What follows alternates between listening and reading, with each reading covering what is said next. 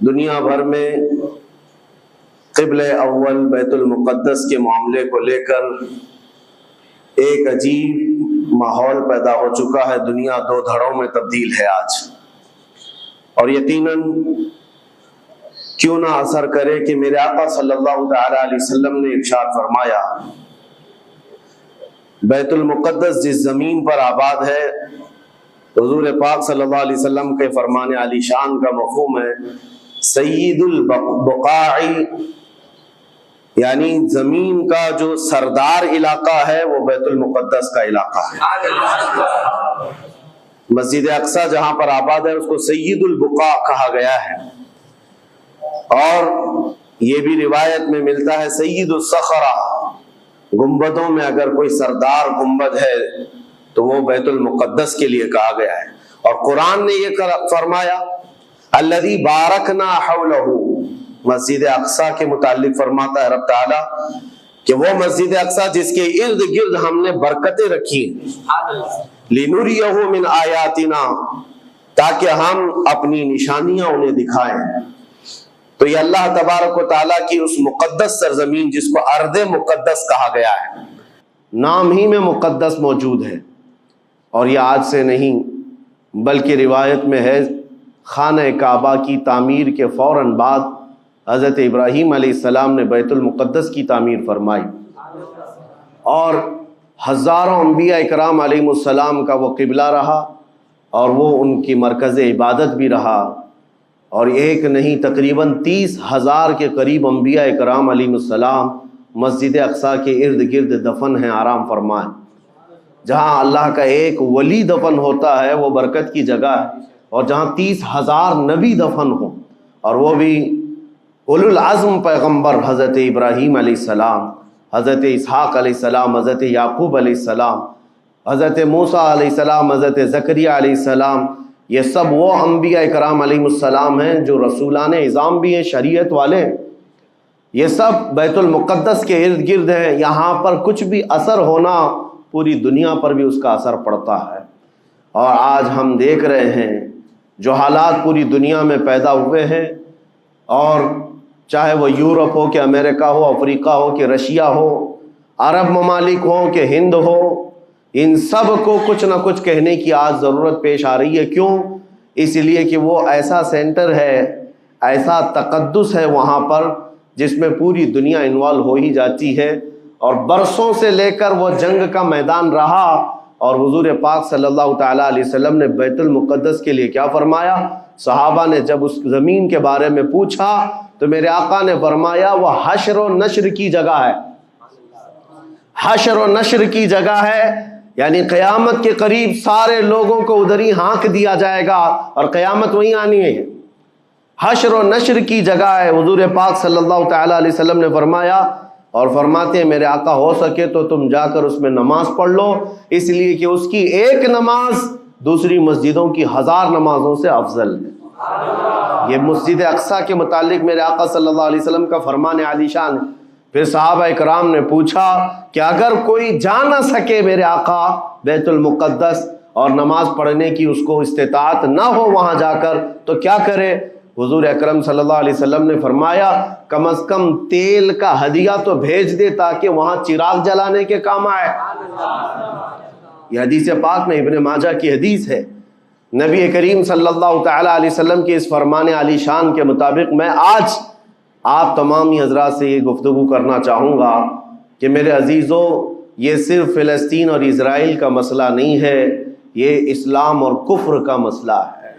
اور پوری دنیا کے لیے، پوری دنیا کے لیے اگر وہ حقیقت کی نگاہیں رکھتی ہیں، چاہے وہ کسی بھی قوم سے وابستہ ہو، چاہے وہ کوئی بھی دین اور دھرم سے تعلق رکھتے ہو، میں ان سے کہتا ہوں اگر اینک تمہارے اوپر جھوٹ کی نہیں پڑی ہے تو آنکھیں کھول کر دیکھ لو ظلم اور بربریت کس جگہ ہے اور حق کے لیے لڑنے والے کون ہیں. یہ ہر ایک منصف مزاج آدمی بھی آج پہچان سکتا ہے کہ کون نہتہ مارا جا رہا ہے اور کون سپر پاور طاقت پر کھڑے ہو کر اپنے مظلوم ہونے کا دعویٰ کر رہا ہے. ہر دنیا کا انصاف پسند آدمی آج بول سکتا ہے، لیکن یہ دور بھی امتحان کا ہے۔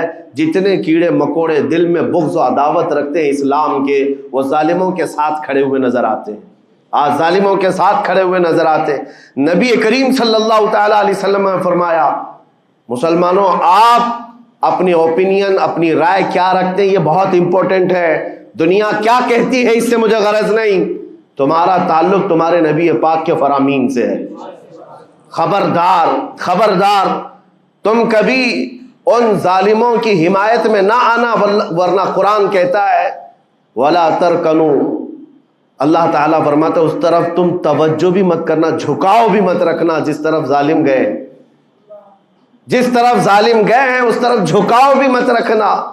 اور آج کہیں ایسا نہ ہو کہ دنیا تمہارے پاس بہت آ گئی، چکا چوند دنیا دیکھ کر، جیسے امارات والے ہوئے، متحدہ عرب امارات، دبئی جیسے آج انٹرنیشنل سٹی ان کے پاس مل گئی ہے، پوری دنیا وہاں پر تجارت کرنے لگ گئی۔ بحرین جیسے کنٹریز، ان کے پاس دنیا کی فراوانی آ گئی، تو آج وہ یہ سمجھنے لگ گئے کہ ہم کو مظلوم اور غریب فلسطینیوں کی مدد میں بات نہیں کرنی چاہیے، جو سپر پاور طاقت ہے اس کے ساتھ کھڑا ہونا چاہیے، کیونکہ ہماری ٹریڈنگ کا مسئلہ ہے، ہماری تجارت کا مسئلہ ہے۔ وہ یہ بھول گئے کہ ان کا اسلام کہاں ہے، ان کے آباء و اجداد کی روایت کہاں ہے۔ لیکن میں آپ سے کہتا ہوں، ان کے نقشے پر چل کر کبھی اپنی رائے کو بدل نہ دینا۔ بعض مسلمانوں میں یہ گفتگو پھیلی ہوئی ہے کہ کیا ہم ہی مسلمان ہیں ہندوستان کے، کیا ہم ہی لوگ ہیں جو اپنی رائے بنائیں؟ وہ بڑے بڑے لوگ ہیں، عرب لوگ ہیں اور بڑے بڑے مشائخ ہیں وہاں پر، ان لوگوں نے رائے الگ بنائی ہے۔ وہ دنیا کے اور پیسوں کے پجاری بن گئے ہیں، ان کے ہاں نفس غالب آ چکا ہے اور شیطان کا ان کے اوپر غلبہ ہے، وہ حق نہیں دیکھ رہے ہیں۔ میرے عزیزوں، کہیں تم اپنی رائے اس طرح بنا لیے تو حدیث کو جھٹلانے والے ہوں گے۔ اللہ کے حبیب صلی اللہ علیہ وسلم کی حدیث سناتا ہوں۔ حضور پاک صلی اللہ علیہ وسلم فرماتے ہیں، لا تزال عصابۃ من امتی یقاتلون علی ابواب دمشق وما حولها وعلى ابواب بیت المقدس ظاہرین علی الحق۔ حضور پاک صلی اللہ علیہ وسلم فرماتے ہیں، لا یضرهم خذلان من خذلهم ظاہرین علی الحق الى ان تقوم الساعہ۔ میرے آقا فرماتے ہیں قیامت تک میری امت میں ایک جماعت ایسی ہوگی جو دمشق کے دروازوں پر اور بیت المقدس کے دروازوں کے اطراف میں حق کے لیے کھڑی رہے گی قیامت آنے تک۔ اور حضور پاک نے یہ بھی فرمایا، میرے آقا مخبر صادق صلی اللہ علیہ وسلم کے فرمان آج ہم اپنی آنکھوں سے دیکھ رہے ہیں۔ حضور فرماتے لا یضرهم خذلان من خذلهم۔ میرے آقا فرماتے ہیں دنیا کے بڑے بڑے دھوکہ دینے والوں کا دھوکہ انہیں کچھ اثر نہیں کرے گا، انہیں کوئی نقصان نہیں پہنچائے گا۔ آج بڑے بڑے پیٹروٹ میزائل داغ کر کے اگر وہاں کے علاقوں کو ختم کرنے کا دعویٰ کر رہے ہیں تو مجھے میرے نبی کے فرمان پر یقین ہے یہ کبھی نہیں ہو سکے گا، کبھی نہیں ہو سکے گا۔ کچھ عمارتوں کے گر جانے اور کچھ بچوں کے اور کچھ لوگوں کے قتل ہو جانے کا نام یہ جیت اور فتح نہیں ہے۔ میرے عزیزو، آج ہم ان ظالموں کو دیکھ رہے ہیں جن کا دعویٰ تھا کہ دنیا میں ان سے بہتر ڈیفنس طاقت کسی کے پاس نہیں، ان سے بہتر بنکر کسی کے پاس نہیں، ان سے بہتر سائرن بجانے کی طاقت کسی کے پاس نہیں، پوری دنیا کو زہریلے ہتھیار بیچنے والی طاقتیں۔ آج ہم نے یہ بھی دیکھا ہے کہ صرف محض ایک چھوٹی سی جماعت سے ان کے ہاتھ پیر ڈھیلے نظر آتے ہیں اور ان کے جسموں میں کپ کپی نظر آتی ہے۔ پوری طاقت تمہاری ایک جگہ۔ میں بھی چند دنوں قبل عمرہ میں تھا، جب یہ پڑھ رہا تھا کہ ایک چھوٹی سی جماعت جس کو پوری انٹرنیشنل دنیا مل کر کے آتنکواد گھوشت کرتی ہے، امریکہ ہو، یو کے ہو اور دوسری بہت ساری طاقتیں، وہاں پر فلسطینیوں کی حمایت میں لڑنے والے ان مجاہدین کو یہ آتنکواد کہتے ہیں، ٹیررسٹ کہتے ہیں، جو اپنے چھوٹے سے علاقے کو بچانے کے لیے اپنی جانیں دے رہے ہیں، وہ آتنکواد ہیں، وہ ٹیررسٹ ہیں۔ ان کے پاس کھانے پینے کی چیزیں نہیں رہ گئی، ان کی کرنٹ سپلائی بند کر دی گئی، ان کا پانی بند کر دیا گیا، پھر بھی وہ آتنکواد ہیں۔ میرے عزیزو، یہ دنیا کا دغلا معیار دیکھو آپ، رشیا پورے یوکرین کو تباہ کرتا رہا، پورا راکھ میں بدل دیا۔ ان ظالم کتوں کی زبان پر کبھی نہیں آیا کہ رشیا آتنکواد ہے یا رشیا ٹیررسٹ ہے۔ یہ میڈیا میں بھونکتے رہے رشیا اور یوکرین کی وار چل رہی ہے، زمین کا مسئلہ ہے۔ ارے ہزاروں لوگوں کو رشیا راکھ میں بدل کر رکھ چکا ہے، کیوں نہیں بولتے اس کے متعلق؟ کیوں نہیں کہتے کہ وہ آتنکواد ہے؟ اس لیے کہ یہ ظالم دجالی میڈیا جتنے ہیں انہیں پتا ہے ان کے باپ داداؤں سے بڑی طاقت اس کے پاس موجود ہے۔ طاقتوں کی پوجا کرنا اور بڑی بڑی طاقتوں کو سلام کرنا یہ ان کی فطرت میں داخل ہے، اور ہم الحمدللہ مسلمان ہر وقت یہ فیصلہ رکھتے ہیں کہ جو غریب ہے، جو مظلوم ہے، وہ چاہے ایک سکہ بھی نہ رکھتا ہو، ہم اس کی حمایت میں ہمیشہ کھڑے رہتے ہیں۔ یہ اسلام کی خاصیت ہے، ہم طاقت و قوت اور تخت کو دیکھ کر کسی کی حمایت میں نہیں کھڑے ہوتے، بلکہ حق و باطل کو دیکھ کر اگر مظلوم چھوٹی سی جگہ پر بھی ہے تو ہم اس کے ساتھ کھڑے ہیں۔ اسلام میں ہو یا نہ ہو، اگر وہ مظلوم ہے تو اس کی آواز ہم اٹھاتے ہیں۔ عزیزان گرامی وقار، جس کو اپنی طاقتوں پر خوب بھروسہ تھا، میں ایک بات عرض کرتا ہوں مسلمانوں، آج جاگنے کی ضرورت ہے، بیداری کی ضرورت ہے۔ تمہارے دماغوں پر یہ پٹی ڈالی گئی ہے اور یہ بٹھایا گیا ہے ان کے پاس بہت بڑی بڑی طاقتیں، تمہارے ادھر ادھر کرنے سے کچھ نہیں ہوتا، تمہاری آواز اٹھانے سے کچھ نہیں ہوتا۔ رب تبارک و تعالیٰ نے تمہیں یہ ظاہر کر دیا کہ میں ابھی پڑھ رہا تھا اس چھوٹے سی علاقے میں، غزہ پٹی میں بڑی بڑی دنیا کی 4 تنظیمیں، خفیہ خبر رساں ایجنسیاں موجود ہیں جو ان کی خفیہ خبریں ہر وقت پہنچاتی ہیں۔ وہ اسرائیل کی بھی ہے، امریکہ کی بھی ہے، اور سعودی عرب کی بھی ہے، اور ایجپٹ کی بھی ہے۔ 4 بڑے بڑی کنٹریز کی خفیہ ایجنسیاں کام کر رہی ہیں، اور سب کی سب خفیہ خبر رساں ایجنسیاں فیل ہو گئی، ناکام ہو گئی۔ اس کے باوجود اسرائیل کے درندوں کو یہ وحشتناک چیز دیکھنی پڑی۔ دنیا آج اس میں حیرت میں ہے کہ ایسا کیسے ہو گیا، ایسا کیسے فیل ہو گیا، یہ سسٹم کیسے کام نہیں کر سکا، ہمیں پہلے سے اطلاع کیسے نہیں ملی۔ میں قرآن پڑھ کر کے بتاتا ہوں، میرا رب فرماتا ہے وَمَكَرُوا وَمَكَرَ اللَّهُ وَاللَّهُ خَيْرُ الْمَاكِرِينَ۔ کافر منصوبہ بناتے ہیں اور اللہ خفیہ تدبیر کرتا ہے، اور اللہ کی خفیہ تدبیر غالب آتی ہے۔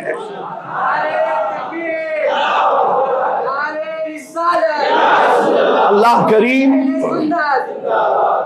کریم جب خفیہ تدبیر فرماتا ہے سارے سسٹم فیل ہو جاتے ہیں، دنیا کی طاقتیں ہیچ ہو جاتی ہیں۔ آپ کبھی یہ مت سمجھنا کہ دنیا کے پاس بہت بڑی طاقتیں ہیں، نہیں مسلمانوں، ایمان اس کا نام نہیں ہے۔ اقبال نے بہت پہلے کہا تھا، اللہ کو پامردی مومن پہ بھروسہ، ابلیس کو یورپ کی مشینوں کا سہارا۔ ان کے پاس یورپ کی مشینوں کا سہارا ہے، لیکن مسلمان کو اپنے رب کی طاقت پر بھروسہ ہے۔ میرا رب غالب حکمت والا ہے اور وہ قدرت والا ہے۔ جس وقت رب تعالیٰ چاہے، کیا آپ نے تاریخ نہیں پڑھی، وہ اگر اپنے نبی کی حفاظت کرنا چاہے تو مکڑی کے جال سے حفاظت کرتا ہے، کبوتری کے انڈوں سے حفاظت کرتا ہے۔ وہ اپنے حبیب کی حفاظت کرنا چاہے اور کسی نبی کی حفاظت کرتا ہے، مچھلی کے پیٹ میں رکھ کر کے یونس کی حفاظت کر رہا ہے، اور ابراہیم علیہ السلام کو آگ میں ڈال کر کے بھی اس تپش سے بچا رہا ہے، اور اسماعیل علیہ السلام کی گردن پر چھری چل رہی ہے، پھر بھی اس چھری سے بچانے والا مولا کون ہے؟ اور سمندر میں اتر جانے کے بعد موسیٰ علیہ السلام کی بڑی فوج کو راستے دینے والا مولا کون ہے؟ آپ جانتے ہیں ابراہیم علیہ السلام کو آگ سے بچانے والا، یونس علیہ السلام کو مچھلی کے پیٹ میں زندہ رکھنے والا، موسیٰ علیہ السلام کو سمندروں میں راستہ دینے والا وہی خدا ہے جو اپنے حبیب کو کفار مکہ کے ہر ظلم سے بچانے والا، ان کے رات کے منصوبوں کو خاک میں ملانے والا، میرے حبیب کو ان کافروں کے سامنے سے ایسے گزارنے والا کہ وہ کافروں کی آنکھیں ہمیشہ کے لیے اندھی ہو کر رہ جائیں۔ وہ مولا کل بھی تھا، آج بھی ہے اور ہمیشہ رہے گا۔ وہ اللہ حی و قیوم ہے، اس کی ذات پر توکل رکھو، یقین رکھو۔ آج دنیا کے ان حالات کو دیکھ کر مسلمانوں کا ایمان اور مضبوط ہو جائے، اور مضبوط ہو جائے۔ آپ یہ سوچتے ہوں گے ہمیں کیا کرنا چاہیے، ہم یہاں بیٹھ کر کیا کریں؟ میں تو اس بات کو کہوں گا، آپ واٹس ایپ جہاد میں مصروف نہ رہیں، ادھر کی ادھر چیزیں شیئر کرتے ہوئے گھر میں بیٹھ کر کے رات بھر اپنی مرغن غذاؤں میں اور بستروں پر سوتے رہے. نہیں، اگر تمہارا دل روتا ہے کسی ایک بچے کی آہ پر تم پہنچ تو نہیں سکتے، لیکن کسی غریب کی ایک درد پر تمہارا دل روتا ہے، اللہ کی بارگاہ میں وہ بھی لکھا جاتا ہے، وہ بھی لکھا جاتا ہے اور تم کو ان کے شریکوں میں شمار کیا جاتا ہے. تم اگر رقت کے ساتھ بیٹھ کر کے دعا کرتے ہو، سوچو آج آپ اپنے گھر میں ہیں، تمہارا بیٹا نکلا، جوان بیٹا نکلا، اس کی خبر آئی کہ اچانک اس کی لاش کہیں تڑپتی ہوئی نظر آئی. جیسے خبر سنو گے تمہارا کھانا پینا حرام ہو جاتا ہے، تمہارے گھر بار کا چین و سکون غارت ہو جاتا ہے. کیا ہوتا ہے جب اپنا ایک جوان بیٹا کہیں کسی حادثے میں انتقال ہونے کی خبر بھی آ جائے، بے چینی اور گھر میں کوہرام مچ جاتا ہے. یہ چیز کیوں ہوتی ہے؟ کیونکہ تمہارا تعلق ہے، جسمانی بھی روحانی بھی تعلق ہے اپنے بیٹے سے. اور میرے آقا نے فرمایا مثل المؤمن کمثل جسد اذا اشتكى عضو تداعى له سائر الجسد بالسهر والحمى. میرے آقا فرماتے ہیں پورے مومن جتنے بھی دنیا میں ہیں سارے مومنین ایک جسم کی طرح. میرے آقا فرماتے ہیں ایک جسم کی طرح ہیں، اگر ایک عضو کو تکلیف ہو تو پورے جسم میں بخار آ جاتا ہے، ایک عضو کو تکلیف ہو تو پورے جسم میں بخار آتا ہے. آج تمہاری کیفیت یہ ہونی چاہیے جس وقت ان حالات کو دیکھو تمہارا دل روئے، تمہاری بے قراری بڑھ جائے، تمہاری بے چینی بڑھ جائے اور بارگاہ رب العزت میں گڑ گڑاؤ کہ مولا اگر ہمارے برے اعمال کی وجہ سے، ہمارے گناہوں کی وجہ سے ہمارے بھائیوں پر اگر یہ آفت آئی ہے تو میں توبہ کرتا ہوں، میں باز آتا ہوں مولا، میں اپنی حرکتوں سے توبہ کرتا ہوں. آج تمہیں پتہ ہے یہ آج کا حادثہ نہیں، اس دنیا کو میں جتنا کوسوں کم ہے جو دغلی پالیسی رکھتے ہیں، جو ڈبل سٹینڈ رکھتے ہیں، ان کو جتنا بولوں کم ہے. میں ڈرتا نہیں ہوں اس بات پر، لیکن آج دل بھرا ہوا ہے ان مظلوموں کی آواز کو سن سن کر کے، جن کے گھروں پر رات بھر بمباری ہوتی ہے، جن کے شہر کا پورا بادل پٹاخوں سے نہیں میزائلوں سے روشن دکھتا ہے. میرے عزیزوں کیسی راتیں وہ گزارتے ہیں. ماں رات کو اپنے بچے کو گلے سے لگا کر سوتی ہے، اس کو یقین نہیں ہوتا صبح تک میرا لال میرے ساتھ رہے گا. انہیں پتہ بھی نہیں ان کے دروازوں پر موت دستک دے رہی ہے. 5000 سے زیادہ راکٹ داغ کر کے ابھی بھی ختم نہیں کیا گیا. اور ظلم اتنا ہونے کے بعد حیرت ہوتی ہے اس دگلی دنیا پر. میڈیا میں بار بار یہ کہا جاتا ہے ان آتنکیوں کا خاتمہ کیا جا رہا ہے، آتنکوادیوں کو نیست و نابود کیا جا رہا ہے، جن کی زمین پر 70 سال سے قبضہ کر کے بیٹھا ہے. دنیا اس پر کچھ نہیں بولنا چاہتی. آپ کو پتا ہے ہسٹری جنہوں نے پڑھا نہیں وہ آج بھوک رہے ہیں، جن کو تاریخ معلوم نہیں ہے وہ ٹپنی دینے کی کوشش کر رہے ہیں. ان کو اپنے باپ داداؤں کی تاریخ نہیں معلوم، یہ فلسطین کی تاریخ پر چل پڑے. پتہ ہے 1917 میں صرف 4000 یہودیوں کو رہنے کی اجازت دی گئی تھی، جب یہ پوری دنیا سے مارے مارے گھوم رہے تھے. ان کے لاکھوں یہودیوں کو مار کر ختم کیا گیا تھا. اس وقت فلسطین میں 4000 یہودیوں کو پناہ دی گئی تھی، اور یہ 4000 سے بڑھتے بڑھتے بڑھتے پوری دنیا سے ہجرت کر کے آتے رہے. 1948 میں انہوں نے اپنے ملک کا اعلان کر دیا. دنیا کو یہ نہیں پتا ہے، آج سب پتا ہے. نقشہ دیکھ دیکھ کر کے سب شیئر کر رہے ہیں. 1970 میں اتنا تھا اسرائیل، 40 میں اتنا ہو گیا، پھر 67 میں اتنا ہو گیا، سب شیئر کر رہے ہیں. تمہاری عقل ماری گئی ہے جب دیکھ رہے ہو کہ ایک ظالم آدمی کسی کے زمین پر قبضہ کرتا کرتا کرتا پورا بڑھ گیا. اب جو مظلوم تھے ان کی اپنی زمین بھی نہیں باقی، ان کی حکومت نہیں ہے، ان کی ایمبیسی نہیں ہے، ان کا کچھ نہیں. ایک شہر لے کر بیٹھے ہیں، وہ بھی ہضم نہیں ہو رہا. اور میں یہ باتیں کھل کر اس لیے کر رہا ہوں کہ میرے اپنے اوپینین ہی نہیں ہے، پوری دنیا کے اقوام متحدہ UN نے کہا ہے اسرائیل کو 1967 میں جو تمہارا اسرائیل تھا وہاں واپس چلے جاؤ. لیکن یہ دادا گیری ایسی ہے کہ وہ کسی کی نہیں مانتا، نہ UN کی. یہ سب چیزیں دنیا کو معلوم ہے. پھر بھی دنیا یہ کہتی ہے اسرائیل اپنے ڈیفنس میں کام کر رہا ہے، اپنے ڈیفنس میں کام کر رہا ہے۔ ایک کتے کی موت ہوتی ہے تو پوری دنیا بلبلاتی ہے، اور یہاں روزانہ ہزاروں فلسطینیوں کو قتل کر دیتے ہو۔ تم قتل بھی کرتے ہو تو چرچا نہیں ہوتا، ہم آہ بھی کرتے ہیں تو ہو جاتے ہیں بدنام۔ یہ حالات آج پیدا کیے گئے۔ میں آپ حضرات کو یہ بات کہنا چاہوں گا، یہ ایمان کے مضبوط کرنے کا وقت آ چکا ہے۔ میرے آقا کے فرمان پر یقین کرو، اللہ کی مدد آتی ہے اور آ کر رہے گی انشاءاللہ۔ اور یہ حالات آپ دیکھ رہے ہیں۔ میں ایک بات اور بتا کر اپنی گفتگو کو سمیٹتا ہوں، کثرت سے ان کے لیے دعائیں کرو، کثرت سے دعائیں کرو، اور اپنی غلط عادتوں سے باز آ کر اللہ کی بارگاہ میں مانگو۔ ظاہر سی بات ہے، حرام کھاتے ہو اور کسی کے لیے دعا کرتے ہو، کہاں دعائیں جائیں گی؟ اب جو بات رہ جاتی ہے یہ کچھ دنوں کے لیے ہے، وہ بھی امتحان دے رہے، ہم بھی امتحان دے رہے۔ یہ امتحان کی گھڑی گزرنے والی ہے، اور قیامت کے قریب میرے آقا کا فرمان حق ہو کر صاف ظاہر ہوگا، صاف ظاہر ہوگا، پوری دنیا دیکھے گی۔ بعض روایات میں ہے کہ حضرت سلیمان علیہ السلام کی روایتیں بھی بیان کی گئی، کہ آپ نے فرمایا کہ یہودیوں کی ایک ریاست قائم ہوگی، اور صرف 50 سال کے بعد ان کی ریاست کے قائم ہو کر 50 سال کے بعد قیامت کی بڑی نشانیاں سامنے آ جائیں گی۔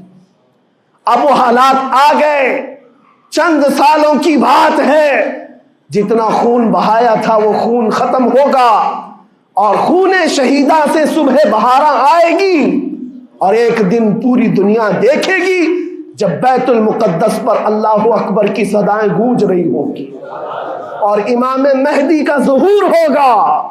امام مہدی آئیں گے اور پوری دنیا میں صرف اور صرف اسلامی پرچم لہرائے گا انشاءاللہ العزیز۔ میرے آقا صلی اللہ علیہ وسلم فرماتے قیامت کے قریب تم دیکھو گے ہر چیز یہودیوں کے خلاف ہوگی، حتیٰ کہ پتھر بھی تمہیں کہیں گے یہودی یہاں چھپا ہوا ہے، پتھر بھی کہیں گے۔ اور حضور نے فرمایا تو یہ ہو کر رہے گا، ہو کر رہے گا۔ اس لیے ان کی طاقتوں پر نہ جاؤ، ان کی قوتوں پر نہ جاؤ۔ آج جب ایک چھوٹی سی جماعت نے تمہارے ڈیفنس سسٹم کو للکار کر رکھ دیا ہے، وہ وقت بھی آئے گا جب خدائے جلال و جبروت والے مالک خدا کو، اللہ کریم کو، جب یہ دکھانا ہوگا کہ اللہ تعالیٰ ایمان والوں کی کیسی مدد کرتا ہے، تو وہ دن بھی دیکھو گے جب کیڑے مکوڑے اور حشرات کی طرح ظالم حکومتیں فنا ہو جائیں گی۔ انشاءاللہ وہ وقت آئے گا، لیکن آپ تمامی حضرات اپنے دلوں میں رقت طاری کریں، اپنے دلوں میں ان غریبوں کے لیے، ان مظلوموں کے لیے دنیا کیا بھونکتی ہے اس کی طرف نہ جاؤ، کون کیا کہتا ہے۔ ان ظالموں کو ان کے ساتھ کھڑے ہونے میں شرم نہیں آتی۔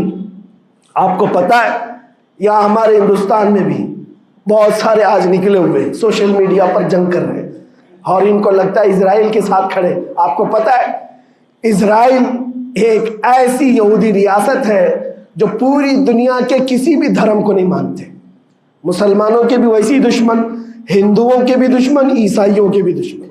ان کو پتہ ہی نہیں ہے، ان کو لگتا ہے وہ ہمارا ساتھی ہے، مسلمانوں کو مار رہا ہے تو ہمارا ساتھی، جبکہ وہ صاف انکار کرتے ہیں کہ بتوں کی پوجا کرنے والوں سے ہمارا کوئی رشتہ ہی نہیں۔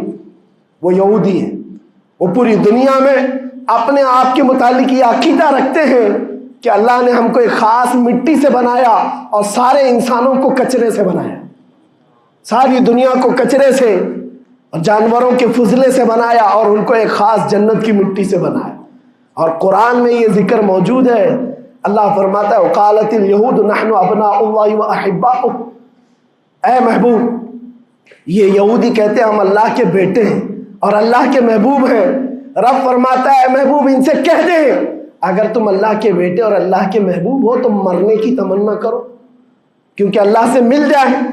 لیکن اللہ فرماتا ہے وَلَن يَتَمَنَّوْهُ أَبَدًا، وہ موت کی ہرگز تمنا نہیں کرتے۔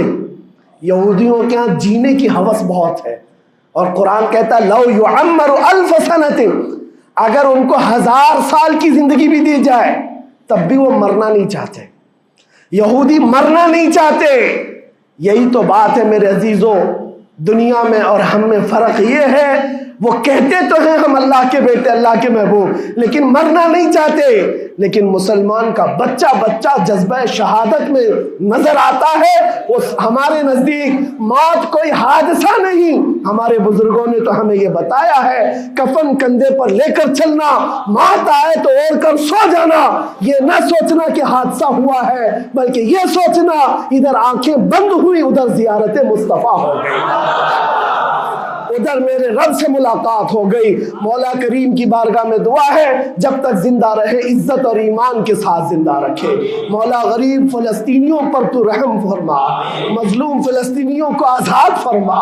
اے کریم ارحم الراحمین، تو نے فرمایا جب بندہ مجھے مصیبت میں پکارتا ہے میں اس کی پکار کو سنتا ہوں۔ اے مولا آج فلسطینیوں سے زیادہ کون مظلوم ہے، ان سے زیادہ کون مصیبت میں ہے، اور تجھ سے زیادہ کون رحم کرنے والا ہے۔ اے مالک و مولا ان پر رحم کی بارشیں فرما، اے اللہ ان پر رحم کی بارشیں فرما، اور ظالم طاقتوں کو فنا فرما دے، ان کو نیست و نابود فرما، ان کو کیفر کردار تک پہنچا، اسلام و سنیت کا بول بالا فرما، کفر و شرک کا منہ کالا فرما۔